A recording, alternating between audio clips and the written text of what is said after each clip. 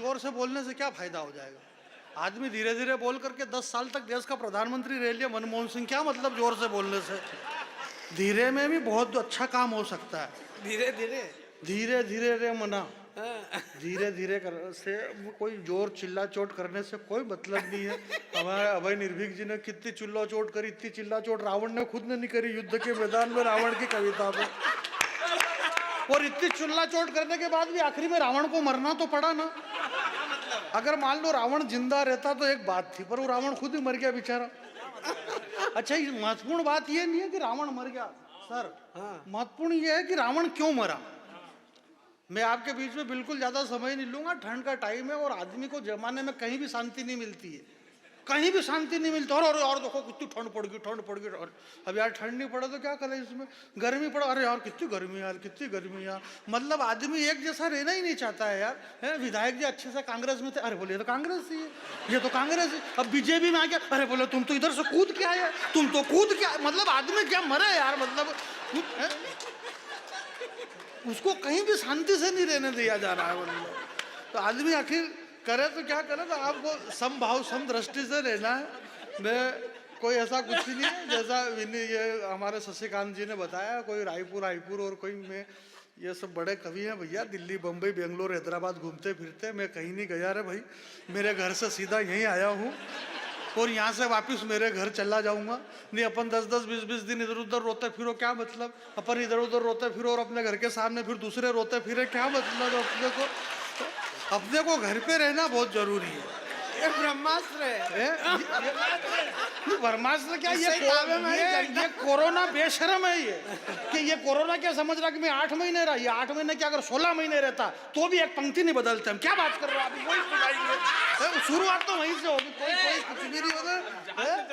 जहाँ से चले थे वहीं आए थे यार, कोई मतलब नहीं ऐसा फेर बदल करने से। जो चल रहा है बढ़िया चल रहा है। आदरणीय दवे साहब हमारे बीच में बैठे हुए, मैं आपको प्रणाम करता हूँ। ये सब ने करा तो मैं कर रहा हूँ, मेरे को कोई दिक्कत नहीं है। उससे क्या फर्क पड़ जाएगा भाई, मेरे को तो सारी वो वाली बात नहीं है। शशिकांत जी ने अच्छी बढ़िया बात कही। शशिकांत जी ने कहा देखो बिल्कुल आप लोड मत लेना, मैं लोड वाली, क्योंकि दवे साहब ने यहाँ पहले कहा था उनके भाषण में, उन्होंने एक बहुत महत्वपूर्ण बात कही। अमन भाई ये आपका शहर है, आपका गाँव है, और सारे सक्सेना जी वगैरह कह रहे थे कि छोटे से गांव को इतना बड़ा, और इतना बड़ा था तो गांव क्यों बोला, फलाना क्यों बोला, ढिमका बोला। इस बात का मैं जवाब दूंगा क्योंकि मैं ओरिजिनल गांव का रहने वाला आदमी हूँ। इससे भी छोटे गांव का, और इससे भी ज़्यादा छोटा गांव है, और वो ओरिजिनल छोटा है, राजौर। इसमें कोई उनको मालूम है भाई अपन यहाँ क्यों। अरे यार अपने माता पिता यहाँ रह रहे तो अपन भी यहाँ रह रहे, इसमें कौन सी नई बात, हम पैदा ही यहाँ पे हुए, इसमें तो कोई नई बात नहीं है। गाँव अच्छी बात है, गाँव में रहना चाहिए। और जो शहर में रह रहे हैं उन्होंने भी कोई बहुत बड़ा काम नहीं कर लिया। उससे क्या हो गया, शहर में रह रहे तो कल से कलकत्ता से आ जाएंगे, क्या फर्क पड़ रहा है उसमें। बारीक बात क्या, बात बहुत ज्यादा बारीक कर रहा हूँ आजकल में, और इतनी बारीक करके लोग मेरे को बारीक समझ रहे, इतना ज्यादा बारीक समझ रहे। भाई साहब दवे साहब एक बहुत अच्छी बात कही, बोला कवि सम्मेलनों के मंचों पे फुहड़ता आ गई। बहुत अच्छी बात कही थी आपने, बोलो फुहड़ता आ गई। फुहड़ता आई थोड़ी भाई साहब, फुहड़ता को लाया गया है, तो वो फुहड़ता आई बेचारी, वरना फुहड़ता ऐसा कुछ नहीं। कवि सम्मेलनों में कहाँ फुहड़ता भाई, जोक्स सुनाते हैं, चुटकुले सुनाते, कहाँ सुनाते यार। जोक्स सुनाते तो हमको 4 लाख रुपए शेखर सुमन की तरह मिलते, कहाँ मिल रहे वो, ऐसा कुछ भी नहीं। भैया बता रहे थे कि अच्छी कविता लिखना, शशिकांत जी ने कहा कि अच्छी कविता लिखना का सरल काम, कोई बड़ी बात नहीं है। अच्छी कविता सुनाना बड़ी बात नहीं है, अच्छी कविता यूं करना बड़ी बात नहीं। अच्छा तो फिर बड़ा क्या है, बड़ा पेमेंट लेना बड़ी बात। दुनिया में बड़ा पेमेंट लेना बड़ा काम है। तो ये बड़े काम जो है, कुछ बड़े काम ऐसे काम में मत करो। मैं आपके ये जो सड़क है ना, ये जो सड़क है, इस सड़क के पीछे वो जो पुलिया है, उस पुलिया के नीचे थपथपा कर सहला कर बड़ी मुश्किल से उसे सुलाया है। सोने दो, उठ गया तो रकम कोई मोटी मांगेगा, बहुत दिन से भूखा है शायद रोटी मांगेगा।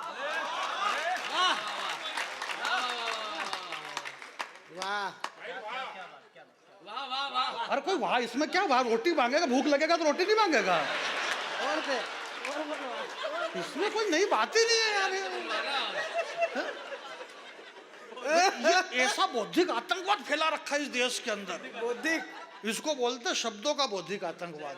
अरे बोले क्या बात कर दी, क्या बात करी, कोई कुछ भी बात नहीं करी अपन ने, तो सामान्य सी बात है भाई, वो एक गरीब बच्चा है, और गरीब बच्चा है तो उसको भूख तो लगेगी कि नहीं लगेगी भाई, भूख किसको लगती, गरीबों को इस देश में यार, सबकी सुनो, सामान्य बात है। दौड़ दौड़ के नीले उनके पीछे पड़ गए।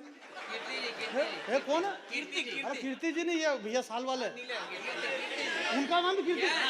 तो फिर मेरे को बताओ ना इनका ये नाम है यार, आप बता ही नहीं रहे हो भाई, बताना चाहिए ना कि इनका नाम ये है भाई। वो कुछ बोलना चाह रहे हो, आप बोलने नहीं दे रहे हो, ऐसा थोड़ी है। ये कवि सम्मेलन का मंच है, यहाँ पे राजनीति वाजनीति कोई मतलब नहीं। उन्होंने कहा क्या, सिर्फ इतना ही कहा ना दिल्ली में क्या चल रहा है, तो आप बता दो दिल्ली में कुछ नहीं, ट्रैक्टर चल रहा है, और क्या चल रहा है, इतनी सी बात है,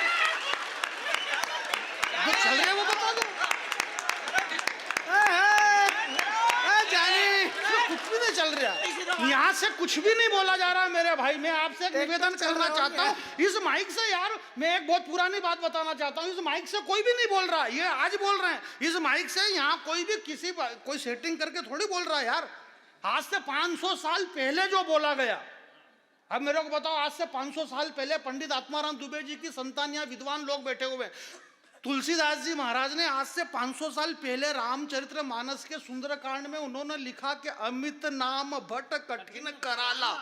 अब तुलसीदास जी को क्या मालूम कि अमित नाम भट कठिन कराला 500 साल पहले लिखा अगले ने, कि अमित आएगा तो आएगा, पर इतना भट बटा भट मारता भी है साला, समझ में ही नहीं आ रहा है।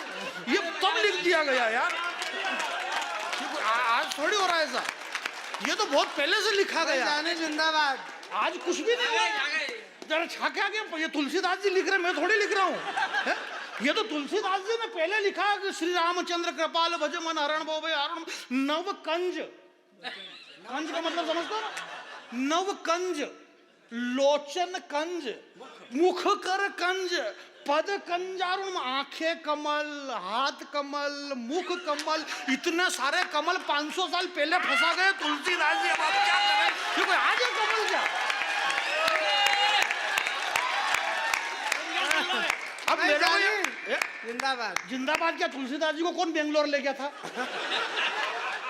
भाई। ये तो कवि क्या होता है, कविता का मतलब यार, कवि का मतलब मैं आपके बीच में बताना चाहता हूँ। इस अमन भाई के लिए इतना सबने बोला कि अमन इतना बड़ा कवि है, अमन इतना बड़ा गीतकार है। ये अमन तुम मुगालने में मत रहना, तुमने इन कवि सम्मेलन करवाया तो बोला, वरना कोई रोज थोड़ी बोल रहे थे। एक बात है, रोज थोड़ी बोलते, रोज बोलते हैं क्या ऐसा, कोई भी नहीं बोल रहा रोज, कोई भी नहीं बोल, वो तो खाली मैं बोल देता हूँ बहुत प्यारा गीतकार है। हाँ, मल्लिका जी, मल्लिका जी के बहुत बढ़िया। अरे इन्होंने बहुत शानदार गीत सुना है, लखनऊ से हमारे बीच में आए, मेरी आदरणीय है, हालांकि मैं बड़ी कवित्रियां, मेरी दीदी विदी, और ऐसा झूठ तो बोलता नहीं हूँ। मैं माँ सरस्वती के मंच में ये बहुत बड़ा झूठ चला, मेरे बड़े भाई साहब बैठे हुए हैं, मेरी बड़ी बहन बैठी हुई है, यार ये ऐसे झूठ आप क्यों बोलते हो? मेरी भाई कोई, मेरे कोई भाई बहन नहीं, भगवत की बात है। अभी ये शशिकांत जी कह रहा, बोले दवे जी मेरे बड़े भाई बैठे, यार तू यादव, वो दवे भाई कैसे, तुम्हें खुद की बातें कर रहे हो।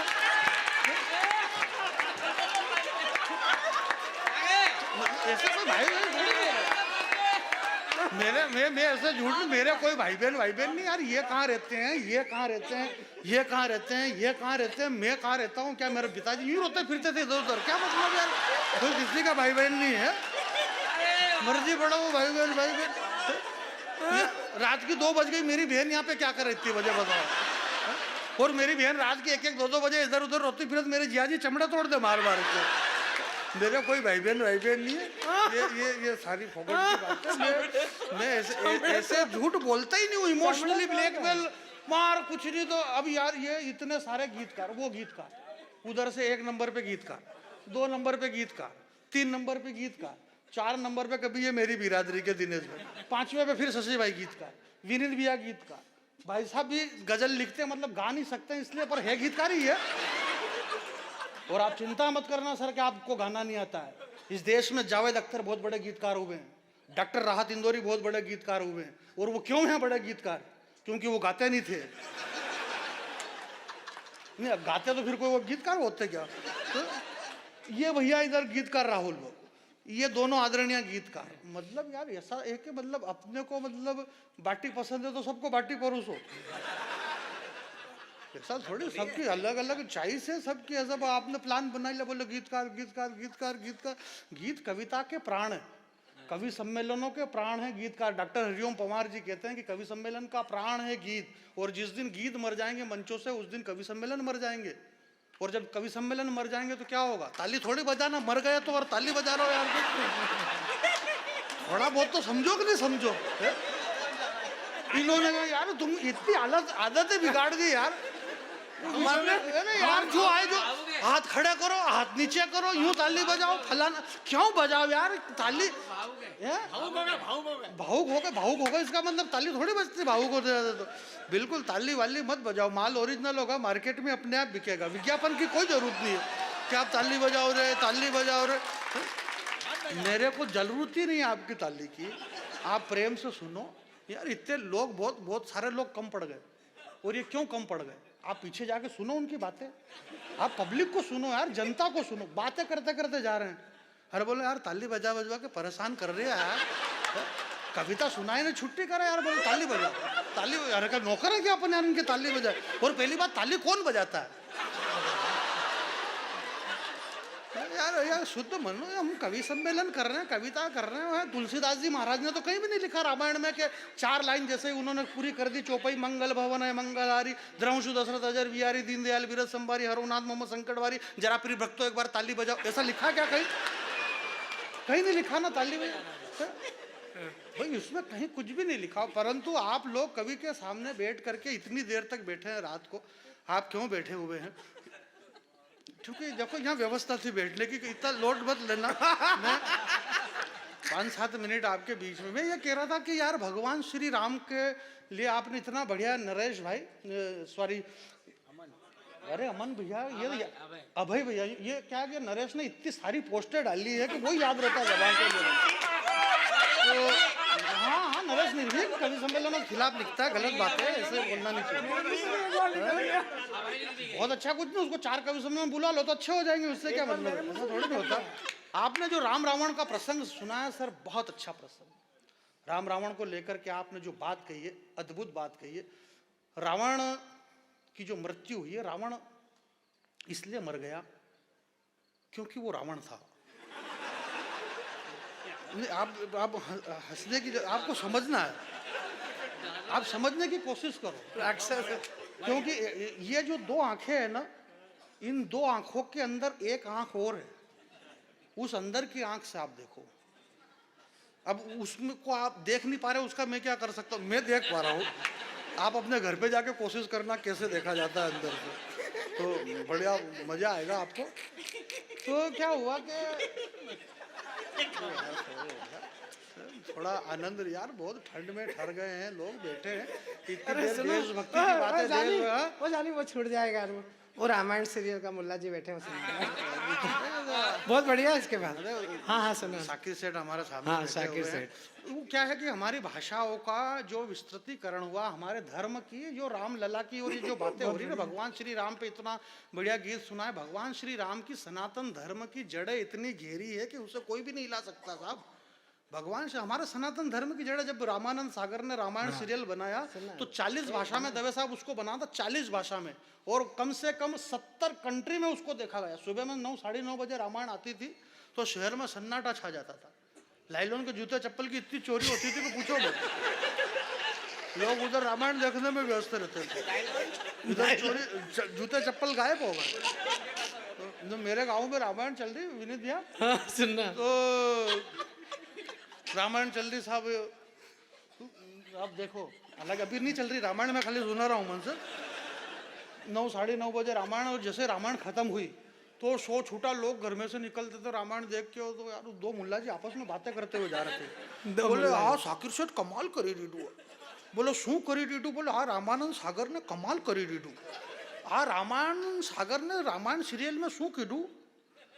आ शू कीधु कि आ सीता भाभी તમે આ લક્ષ્મણ રેખા से બહાર જાવો મટી ને કछु ગરબર થઈ જાય તો हमारी जवाबदारी नहीं। वो दोनों आपस में बात कर रहे हैं। उस दिन वो सीता हरण का प्रसंग था, तो दोनों आपस में बात करते करते गए, बोले आ रामानंद सागर से रामानंद सागर ने कमाल करी दीडू। बोले शू करी दीडू? बोले आ रामानंद सागर ने सीरियल में शू बतायो कि आ लक्ष्मण देवर से सीता भाभी ने શું કીધું? બોલે આ સીતા ભાભી તમે આ લક્ષ્મણ રેખા से બહાર જાવો મતી ને કછું ગરબર થઈ જાય તો અમારી જવાબદારી નથી। આ વાત સુનીને સાકિર શેઠ ઘરે ગયા और ઘરે જઈને ફરીદાની મમ્મી से કીધું कि आ फरीदानी मम्मी तमे बाखर से बहार जाओ मती ने कछु गड़बड़ थाई जाए तो हमारी जवाबदारी नहीं।